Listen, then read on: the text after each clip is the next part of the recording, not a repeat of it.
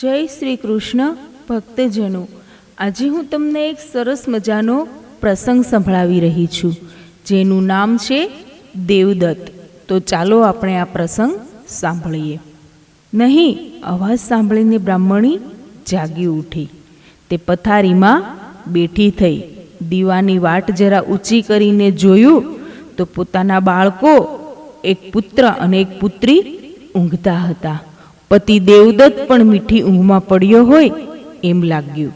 તેણે ઓરડામાં ચારે તરફ નજર ફેરવી. બધું બરાબર હતું. નિરાતે ઊંઘવા પ્રેરણા આપે એવી શાંતિથી ઓરડો ભર્યો હતો.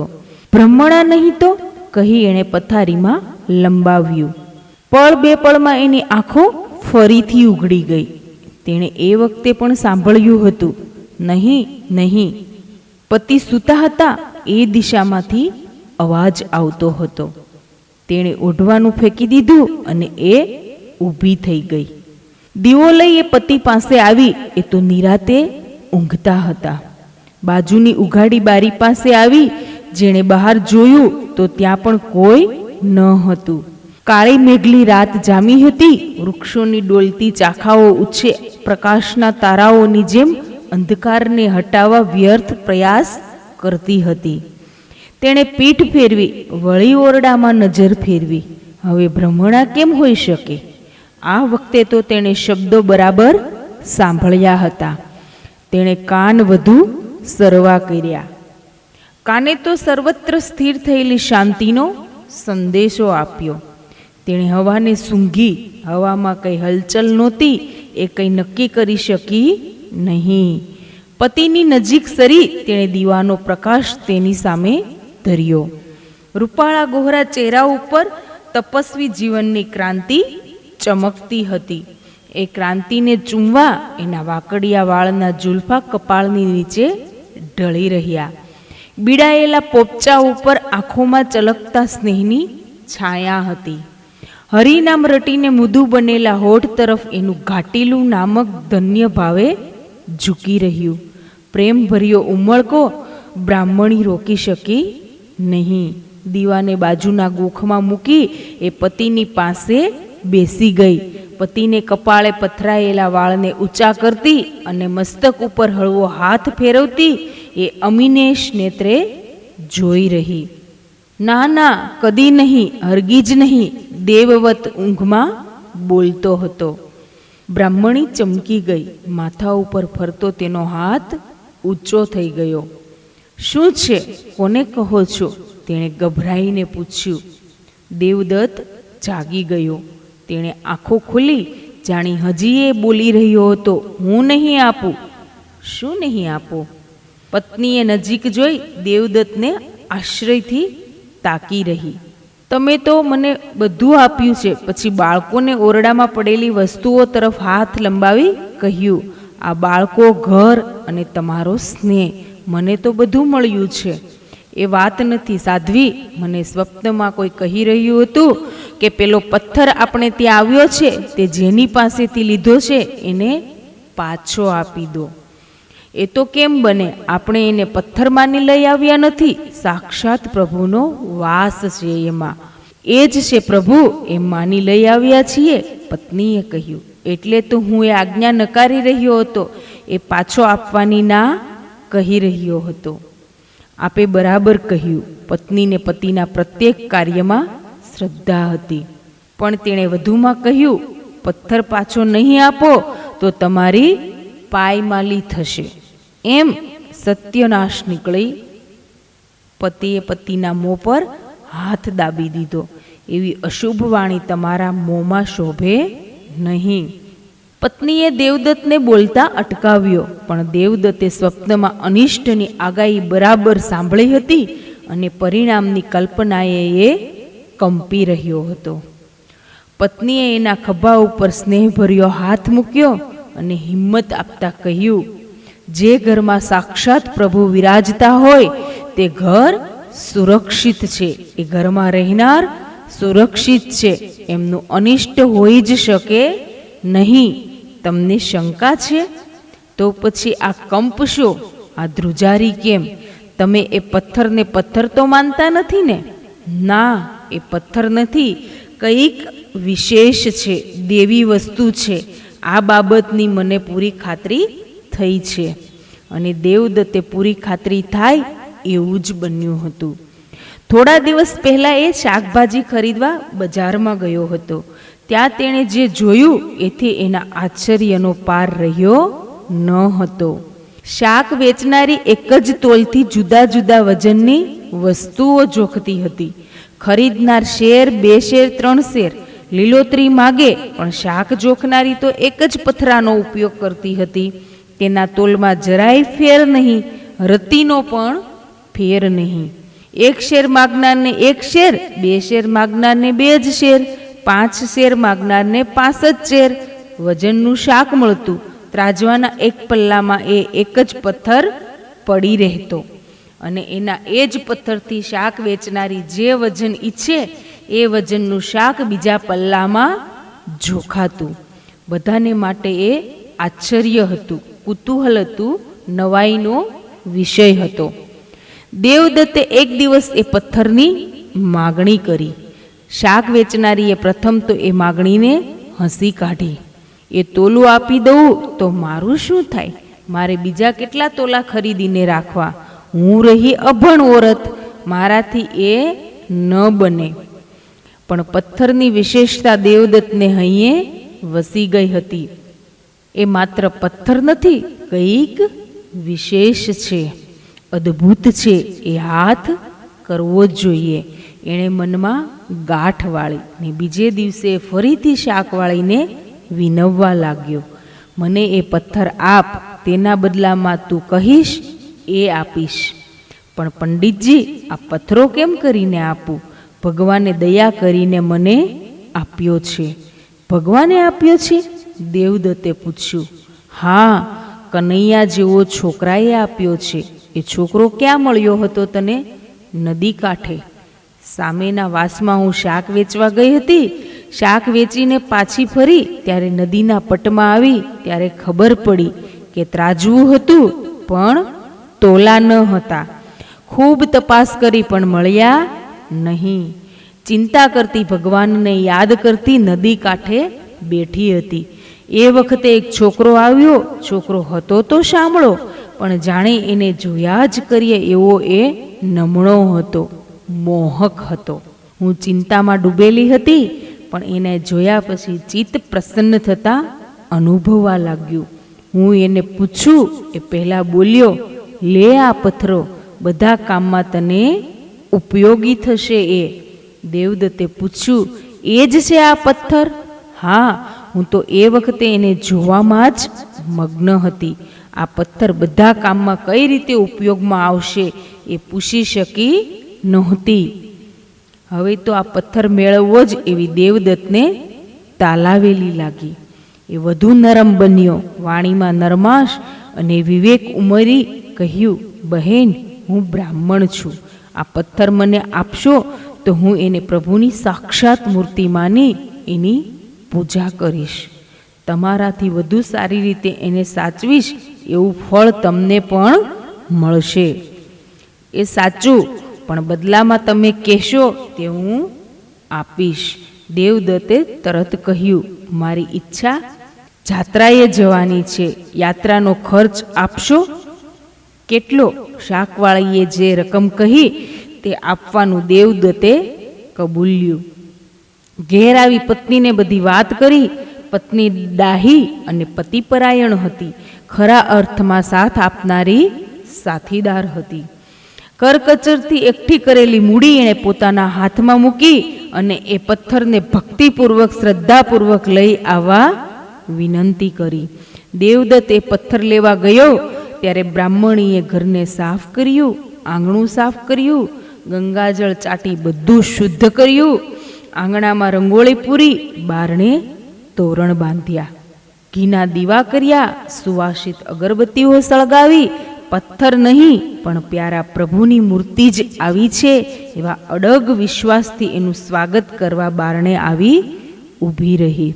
જે રસ્તા ઉપર એ નજર નોંધી રહી હતી એ રસ્તો એ જ હતો.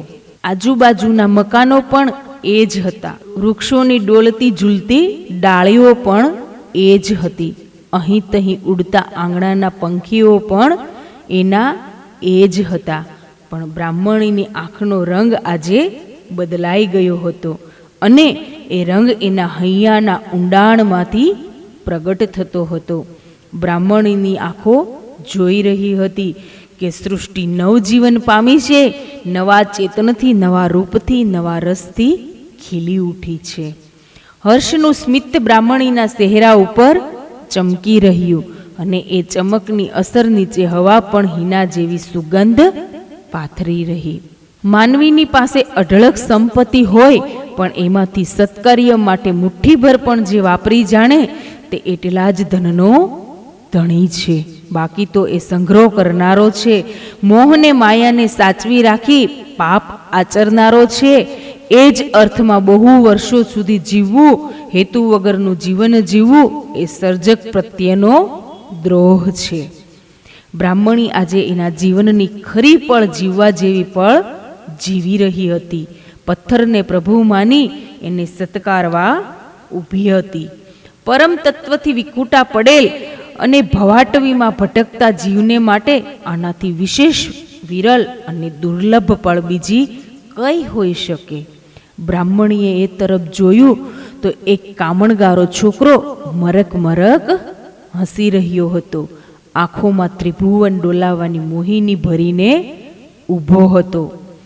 યુગ યુગની આશ શાંત કરે એવી શીતળતા એના ચહેરા ઉપર હતી. એના લંબાવેલા હાથ નીચે શ્રેય હતું, કલ્યાણ હતું, સર્વસ્વ હતું. દેવદત્ત હવે નજીક આવી રહ્યો હતો પણ તેની પત્ની તો બાળકને જોતી અવાક ઊભી હતી. શાક વેચનારીએ જે બાળકની વાત કરી હતી તે આ બાળક હતો. એ વિચારી રહી. બાળક ભારે નટખટ હતો. આંખો નચાવતા એ બોલ્યો, પ્રભુ આવે છે, એને સત્કારવામાં આગળ વધો. પણ તમે કોણ? બ્રાહ્મણીનું હૈયું પૂછી રહ્યું. તમે જુઓ છો એ, કહી બાળક હસતો કૂદતો નાચતો જતો રહ્યો.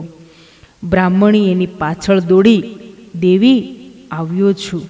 દેવદત્તનો અવાજ સાંભળી બ્રાહ્મણી અટકી તો ખરી પણ એની આંખો અહીં તહીં પેલા બાળકને ઢૂંઢી રહી હતી. પત્નીને બહાવરી બનેલી જોઈ દેવદત્તે પૂછ્યું, શું ખોવાયું છે? ખોવાયું તો બ્રાહ્મણીની આંગળી હૈયા ઉપર હતી. બીજું કંઈ નહીં પણ પેલો બાળક અહીં હતો. કયો? શાકવાળીએ કહ્યો હતો એ. દેવદત્તનો હર્ષ ઉભરાઈ ઉઠ્યો. તમે એને જોયો? કેવો હતો? બ્રાહ્મણીએ એને જોયો હતો. એ કેવો હતો એ કેવા એમથી પણ વાણી મૌન બની રહી. સંસારના આદિકાળથી માંડી આજ પર્યત એનું રૂપ કોઈ પૂરી રીતે કહી શક્યું નથી. બ્રાહ્મણીની કઈ ગુંજાશ? બ્રાહ્મણીની આંખો દેવદત્તની સામે હતી. એ બાળકની રૂપ માધુરીને યાદ કરી નિરખી રહી હતી પણ એ વ્યક્ત કરી શકતી ન હતી. તેણે કંઈ કહ્યું? હા, કહ્યું કે તારે ત્યાં પ્રભુ આવે છે, એને સત્કારો. આ રહ્યો તે પ્રભુ. દેવદત્તે પથ્થર બતાવ્યો, રૂપ રંગ વગરનો માત્ર પથ્થર. પણ દેવદત્તની જેમ બ્રાહ્મણીમાં પણ શ્રદ્ધા પ્રગટી ગઈ. શ્રદ્ધાનું બળ અસર કરી રહ્યું હતું. બ્રાહ્મણીએ નજીક આવી ભક્તિભીના ભાવથી પથ્થરને વંદન કર્યું અને માતા જશોદા જેમ નાના કનૈયાને ભાવથી ઉચકે એમ તેણે પથ્થરને હાથમાં લીધો અને એ પતિ સામે ઘરમાં પ્રવેશી પૂજાખંડમાં જઈ એ પથ્થરને બાજટ ઉપર પધરાવ્યો. પૂજા કરી, આરતી કરી, ઓવારણા લીધા. જીવન ધન્ય ધન્ય થયું માન્યું. એ પથ્થર પાછો આપી આવો, નહીં તો અનર્થ થશે એવી ધમકી આ પતિ પત્નીના અંતર સુધી પહોંચી નહીં. શ્રદ્ધાના મૂળ ઊંડા હતા અને ભક્તિથી ભરેલા હૃદયમાં બરાબર ઉતરી એ મૂળ જામી ગયા હતા.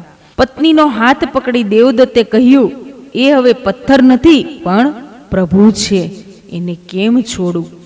છોડી શકાય જ નહીં. પત્નીએ દ્રઢતાથી કહ્યું અને એ દ્રઢતાનો રણકો રાત્રિની શાંતિમાં ક્યાંય સુધી ગુંજતો રહ્યો. દેવદત્તને એ પછી ઊંઘ આવી નહીં. બારીની બહાર નજર કરી તો તારાઓના ઝુમખા પશ્ચિમે ઢળી રહ્યા હતા અને રાત્રિની શામતા ઉષા ઉગે તે પોતાને ભાગવું પડે તે પહેલાં એ મૂળ ધરતીને પૂરા હેતથી બાહુ ભીડી રહી હતી. ઠંડીનો ચમકારો આલિંગનને ગાઢ બનાવતો હતો. દેવદત્ત ઊભો થઈ ગયો. એને લાગ્યું કે આ સમય જ સર્જકને યાદ કરવાનો છે. રાત્રિની પકડમાંથી છૂટ્યા પછી તો જીવસૃષ્ટિને કોલાહલથી, ધમાલથી, રાગદ્વેષના એઠવાડથી, અંગત વેરઝેરથી છલકાવી મૂકે છે. કોઈ વિરલા જ આ બધા વચ્ચે સ્થિર પ્રજ્ઞ રહી શકે છે. દેવદત્તે તારા સ્નાન કર્યું અને પૂજાઘરમાં આવી પ્રભુને આરાધવા એ બેસી ગયું. સ્વપ્નની વાત એના ચિત્ત ઉપરથી સરી પડી. વહાલસોઈ શ્રદ્ધાળુ પત્ની એનો સાથ પણ હતો ને. પણ સિદ્ધિ એ રખડતી રજળતી વસ્તુ નથી કે એ જેના તેના હાથમાં આસાનીથી આવે. એ તો સાધકના જીવન ચક્રાવે છે, રગદોળે છે, પીસે છે, મૂંઝવે છે, પાડે છે, પછાડે છે, તણખા જરે છે, ત્યાં સુધી તપાવે છે. દેવદત્ત માટે આકરી કસોટીના દિવસો નજીક આવી રહ્યા હતા. ત્રીજે દિવસે વળી દેવદત્તે સ્વપ્ન જોયું. ધીર ગંભીર વાણી સાંભળી. દેવદત્તે પથ્થર છોડી દે. ના, દેવદત્તે કહ્યું, તારી જિંદગીમાં ઉલ્કાપાત જાગશે. ભલે, દેવદત્તે હિંમતથી કહ્યું. દેવદત્તને કાને ભયંકર અટ્ટહાસ્ય અથડાયું. એ જાગી ગયો. જોયું તો આખું શરીર તપી ઉઠ્યું હતું. લમણાની નસો ફાટફાટ થતી હતી. આજુબાજુ ભયજનક ઓળાઓ નાચી રહ્યા હતા. દૂર દૂર કોઈ ડાકલી વગાડતું હતું. દેવદત્ત ગભરાયો. દેવી, જાગો છો? આ બધું શું છે? પણ બ્રાહ્મણી તો પુત્રીને પડખામાં લઈ નિરાતે સૂતી હતી. એના ચહેરા ઉપર પરમ શાંતિ હતી. પુત્ર પણ ઊંઘતો હતો. ઓરડામાં બધું બરાબર હતું. દેવદત્ત જ પોતાના હૈયાના ધબકારા સાંભળી રહ્યો. તે પાછો પથારીમાં પડ્યો. તેણે આંખો મીચી અને હરિના નામને એ રટવા લાગ્યો. સંસારની સઘળી માયાને હઠાવવાનો એ એક જ કિમ્યો હતો, હરિસ્મરણ. જે હરિનું સ્મરણ કરે છે તે એને સહેજે પામે છે. દેવદત્ત ઊંઘની ગોદમાં ઢળી પડ્યો. સવારે બ્રાહ્મણીની પ્રાણભેદી સ્પીચ સાંભળી દેવદત્ત જાગી ગયો. સલંગ મારી એ બ્રાહ્મણી પાસે આવ્યો. શું છે? પુત્રીનું પ્રાણ પંખીરું એના દેહ પિંજરને છોડી ઉડી ગયું હતું અને પુત્રી અચેતન જળ જેવી મળદું બની પથારીમાં પડી હતી. બ્રાહ્મણી ફાટી આંખે દીકરીની કાયા ઉપર હાથ ફેરવતી પૂછી રહી હતી, બેટા, જવાબ તો દે, તને શું થયું છે? દેવદત્તે દીકરીની તપાસ કરી તો જણાયું કે એમાં પ્રાણ નહોતા. એ પત્નીની પડખે બેસી ગયો. ગઈ રાત્રે ફરી સ્વપ્ન આવ્યું હતું. તેણે કહ્યું, બ્રાહ્મણી ફાટી આંખે દીકરીની કાયા ઉપર હાથ ફેરવતી પૂછી રહી હતી, બેટા, જવાબ તો દે, તને શું થયું છે? બ્રાહ્મણીના શ્રદ્ધાદીપ ઉપર જાણે જોરથી પવન ફૂંકાયું. હરિએ શું ધાર્યું હશે? દેવદત્ત બબડ્યો. પણ હરિનામ સ્મરણે બ્રાહ્મણીના ડગમગતા શ્રદ્ધાના દીવડા ઉપર કોઈએ ઢાલ ધરી. એ સ્વસ્થ બની ગઈ. અંતરની તાકાત એના ચહેરા ઉપર આવી અને એ ગ્લાની હટી ગઈ. દીકરીની આખરી ક્રિયા કરો.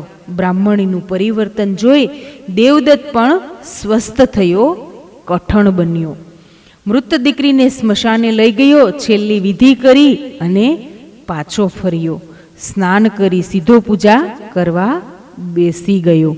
4 દિવસ પછી એક સવારે રમતા રમતા છોકરાએ ગુલાટ ખાધી અને એની ડોકી નમી ગઈ. આને વળી શું થયું?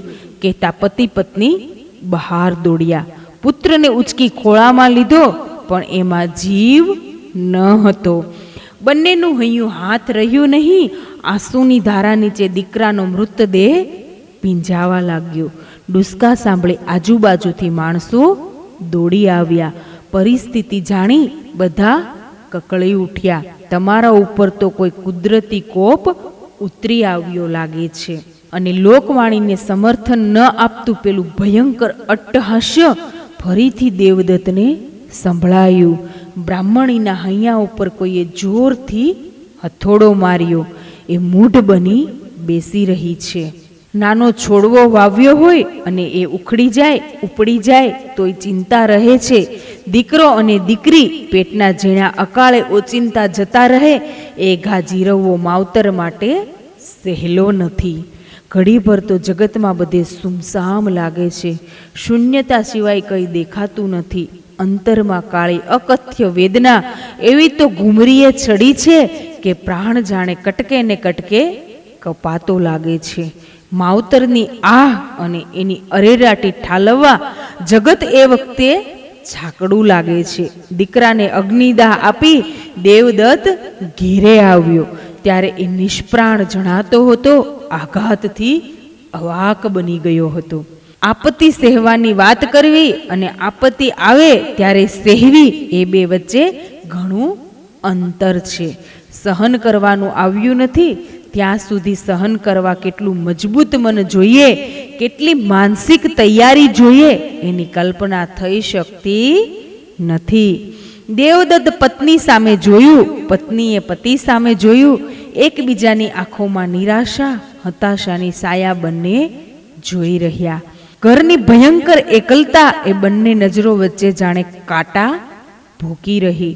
બ્રાહ્મણીએ આંખો પર પોતાના હાથ ઢાંકી દીધા ને પતિના પગમાં ઢગલો થઈ પડી. વાસરું જતા જેમ ગાય ભાંભરે એમ હૈયાના બંધ ખુલ્લા મૂકી આક્રંદ કરવા લાગી. દેવદત્તનું પુરુષ હૈયું સ્થિર રહી શક્યું નહીં. એ પણ રડી રહ્યો. પત્નીનું રુદન માજા મૂકતું જોઈ એ બોલ્યો, દેવી, તમે તો મારામાં શ્રદ્ધાદીપ પ્રગટાવ્યો છે. બ્રાહ્મણી સ્ત્રી હતી, મા હતી. સફાળી ઉઠી પૂજા ઘરમાં ગઈ. દેવદત્ત એને પકડે રોકે તે પહેલા તો એણે ભગવાનના બાજટ ઉપર જોરથી માથું પચાડ્યું. શ્રદ્ધાની કિંમત અંતે આટલી આખરી રાખી છે દેવ? દેવદત્તે આણેલો પથ્થર બાજટ ઉપર પથ્થરની જેમ જ પડ્યો હતો. બ્રાહ્મણીના આક્રંદથી એના ઉપર કોઈ અસર થઈ નહીં. જવાબ તો આપો, બ્રાહ્મણી ફરીથી પૂછી રહી. જવાબ તો અંતરમાંથી મળશે દેવી. બ્રાહ્મણ વિદ્વાન હતો. એણીએ અવસરે એની વર્ષોની પ્રભુ સાધના મદદે આવી. એ સ્વસ્થ બન્યો અને વ્યાકુળ બનેલી પત્નીને સંબોધીને કહેવા લાગ્યો, માત્ર 2 બાળકોના ભોગ આપીએ પ્રભુની પ્રાપ્તિ થોડી થશે? જન્મ જન્માંતરોના કાર્યો આપણી અને પ્રભુ વચ્ચે વિરાટ બનીને ઊભા છે. એ કર્મોનો ક્ષય કરવામાં આપણા બાળકો નહીં, આપણા લોહીનું એક એક ટીપું હસ્તે મુખે આપવું પડે. અને સર્વસ્વ આપવા છતાં ફળ મળે કે ન મળે એ ભાવના હોય ત્યારે શ્યામ સુંદરની ઝાંખી થાય. અને દેવી, તમે એ જાણો છો, સમજો છો, છતાં ઢીલા થશો તો હું કેમ ટકીશ? પતિના શબ્દો સાંત્વન આપે તેવા હતા, પણ બ્રાહ્મણીની આંખો તો પોતાના બાળકોના મુખડા જોવા બેચેન હતી. પતિએ ગદગદિત થઈ કહ્યું, માનવ માત્ર નાશવંત છે. જે જન્મે છે તે મરે છે, એનો શોક ન હોય. જે અજર છે, અમર છે, સર્વત્ર વ્યાપી રહ્યો છે. અહીં છે, તહીં છે, આ પથ્થરમાં પણ છે. એને ભૂલ નહીં દેવી. એ આપણું કહો કે માનવ માત્રનું આખરી ધ્યેય છે. બ્રાહ્મણીની આંખોમાંથી આંસુ ટપકતા બંધ થયા. જોડેલા હાથ ઉપર માથું ઢાળી આંખો મીચી પ્રાર્થી રહી, હું તારે શરણે જ છું. હે અખિલ બ્રહ્માંડ નિયામક, મારી શક્તિ અશક્તિ, મારી ઈચ્છા આશક્તિ, મારી ઉર્મિઓ લાગણીઓ વિનમ્ર ભાવે આપને ચરણે ધરું છું. દેવદત્તે પ્રેમથી એના ખભા ઉપર હાથ મૂક્યો. બ્રાહ્મણી હવે હરિનામ રટવા લાગી. દેવદત્તે પણ બ્રાહ્મણીને સાથ આપ્યો. બંનેએ મોડી રાત સુધી હરિનામની હેલી વરસાવી અને છેવટે ત્યાં જ ઊંઘી ગયા. બાળકો વગરનું ઘર બીજે પ્રભાતે દંપતીને ખાવા ધાતું હતું. હરિના નામ સ્મરણે એમનામાં હિંમત તો આવી હતી, પણ બાળકોના વિયોગનો ઘા ઊંડે ઊંડે એવો તો વેદના આપતો હતો કે કામ કરતા હાથ થંભી જતા હતા. અંગમાં શિથિલતા આવી જતી હતી અને બેચીનીનો પાર રહેતો નહીં. ઘા તો બંનેને સરખો લાગ્યો હતો, પણ બ્રાહ્મણી ઉપર ઊંડી અસર થઈ હતી. એના ચહેરા ઉપરની કાંતિ ઉડી ગઈ હતી, આંખો ઊંડી ઉતરી ગઈ હતી, અવાજ બદલાઈ ગયો હતો, માંડ માંડ ડગ ભરી શકતી હતી. દેવદત્ત જોઈ શક્યો કે બ્રાહ્મણી ધીમે ધીમે પણ મક્કમતાથી મૃત્યુ ભણી જઈ રહી છે. અને બ્રાહ્મણીએ પણ એક દિવસ દેહ છોડ્યો. દેહ છોડતા પહેલાં તેણે પથ્થર સામે જોયું. ભક્તિભાવે મૂક વંદના કરી અને પતિને પથ્થર છોડવાની સંજ્ઞા કરતી એ સદા માટે ચાલી નીકળી. દેવદત્તે પત્નીના મૃતદેહ પાસે બેસી હરિને યાદ કર્યા. નામ સ્તવનની ધૂન મચાવી અને પાગલ થવાની પળ વટાવી ગયો. તે રાત્રે તેણે ફરીથી કાળવાણી સાંભળી, હજી સમજીને એ પથ્થર છોડી દે, હવે તો તું એક જ રહ્યો છે, તારા ઉપર પણ મોત ભમી રહ્યું છે. દુઃખથી રીઢા બનેલા દેવદત્તે કહ્યું, મારા બાળકો ને પત્ની જે માર્ગે ગયા તે માર્ગે જઈશ, ખુશીથી જઈશ, પણ જેને અમે દેવ માની રાખ્યા છે તેને પથ્થરને નહીં છોડું. તારા ઉપર વીજળી પડશે, ઘડીમાં હતો ન હતો થઈ જઈશ, જેવી પ્રભુની ઈચ્છા. બીજે દિવસે દેવદત્ત સ્નાન કરવા નદીએ જવા લાગ્યો. ત્યારે આકાશમાં વાદળો ઘેરાવા લાગ્યા, વીજ ચમકવા માંડી હતી અને હાથીના ગઢ સ્થળ ફાટી નાખે એવી ગર્જના આકાશમાં થતી હતી. દેવદત્તને લાગ્યું કે હવે મૃત્યુ દૂર નથી. એણે પૂજાઘરમાં જઈ પથ્થરને ઉપાડ્યો. તેણે મસ્તક ઉપર મૂકી ફરતી પાઘડી બાંધી દીધી. મરવાનું નક્કી છે તો પ્રભુને પાસે રાખીને કેમ ન મરું?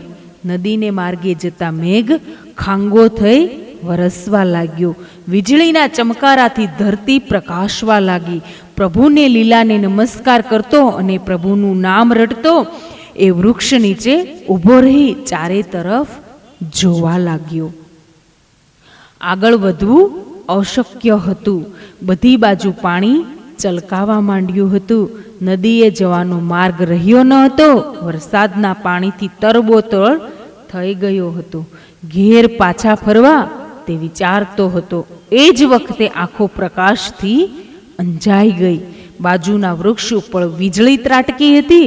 તોતિંગ વૃક્ષમાં ઊભી ચિરાડ પડી અને વૃક્ષ કાળું ભટ્ટ બની ઢળી પડ્યું. વીજળીની ભયંકરતા દેવદત્તને નજરો નજર નિહાળી. એને જીવનનો મોહ રહ્યો ન હતો. મન કઠણ કરી વીજળી તાંડવ ખેલી રહી હતી. એ જ દિશા ભણી એ જવા લાગ્યો. આજે એ મરણિયો બન્યો હતો. એને નજીક આવતો જોઈ વીજળી દૂર દૂર નાચવા લાગી. દેવદત્તને આશ્ચર્ય થયું. વાદળા વિખેરાવા લાગ્યા. વરસાદની ધારા ધીમી પડી. આ પ્રલયે કેમ ઓચિંતી ચાલ બદલી એ કંઈ સમજી શક્યો નહીં. થોડા ડગલા આગળ ચાલ્યો અને એને કાને કોઈનો મધુર અવાજ સંભળાયો. પંડિતજી, થાક્યા નથી? આવો, અહીં બેસો. વૃક્ષના થડને ફરતા એક ઓટલા ઉપર બે જુવાન બેઠા હતા. પંડિતજીને પોતાની પાસે એ બોલાવી રહ્યા હતા. ભીની જમીન ખૂંદતો દેવદત્ત એ જુવાનો પાસે પહોંચ્યો. વૃક્ષની છાયા એ જુવાનો ઉપર છત્રની જેમ ઢળી રહી હતી. પક્ષીઓ કલરવ કરતા હતા અને મીઠી સુગંધ આજુબાજુ પ્રસરી રહી હતી. પંડિતજી, આ વરસતા વરસાદમાં ક્યાં ઉપડ્યા હતા? ધાર્યું હતું તો નદીએ જવાનું, પણ અણધાર્યો વરસાદ પડ્યો. વીજળી પણ ભારે ચમકી. થાક્યા હશો, બેસો. ઘનશ્યામ વર્ણના એક જુવાને પંડિતનો હાથ પકડી તેમને ઓટલા ઉપર બેસાડ્યા. પંડિતને રોમાંચ થયો. એનું આખું શરીર ફૂલ જેવું હળવું બની ગયું અને ચેતનાનો પ્રવાહ નખશીખ ફરી વળ્યો. કપડાં સાવ ભીના થઈ ગયા છે, પાઘડીમાંથી પાણી ટપકે છે. આ ડાળી ઉપર પાઘડી પહોળી કરી સૂકવો, સાથેના ગોરા જુવાને કહ્યું. દેવદત્તને યાદ આવ્યું, તેણે પાઘડીમાં પથ્થર બાંધ્યો હતો. ઘેરે જઈ કપડાં બદલીશ, હમણાં તો જરા વિસામો લહું. અરે એમ તે હોય, ઘનશ્યામે એની પાઘડી ખેંચી. પાઘડી પાણીથી ભરેલી છે, હું એને નીચોવી દઉં. દેવદત્ત પોતાની પાઘડી પકડી રાખે તે પહેલાં તો તે જુવાને પાઘડી ઉતારી લીધી. પાઘડીમાં વીટેલો પથ્થર નીચે પડે એ પહેલાં જ દેવદત્તે હાથમાં ઝીલી લીધો, એને ચાતી સરસો ચાપ્યો. એ શું છે? બંને બોલી ઉઠ્યા. પ્રભુ, દેવદત્ત બોલ્યો. સાંભળીને ગોરો અને ઘનશ્યામ બંને ખડખડાટ હસી પડ્યા. આ પથ્થર? પ્રભુ, હા, મને ભાનશાન ગુમાવ્યા છે એમ માનો તોય મારો વિરોધ નથી. હું એને પ્રભુ માનું છું, એ મારા ઈશ્વર છે. પણ ઈશ્વરને પાઘડીમાં વીંટ્યા? હા, છાતીમાં જગ્યા હોત તો એમાં પધરાવતા પણ મને સંકોચ થાત નહીં. એમ બતાવો તો ખરા કે તમારા ભગવાન કેવા છે. દેવદત્તે નમ્રતાપૂર્વક કહ્યું, મારા ભગવાન મને પ્રાણથી વધુ પ્રિય છે. હું એમને છોડી શકું તેમ નથી. તમે દેખાવે તો સજ્જન લાગો છો, પણ હું અજાણ્યાનો ભરોસો કેમ કરું? તમે આ પંથકના વાસી હો એવી પ્રતીતિ થતી નથી. તમે કોણ છો? ક્યાંના છો? એ તો કહો.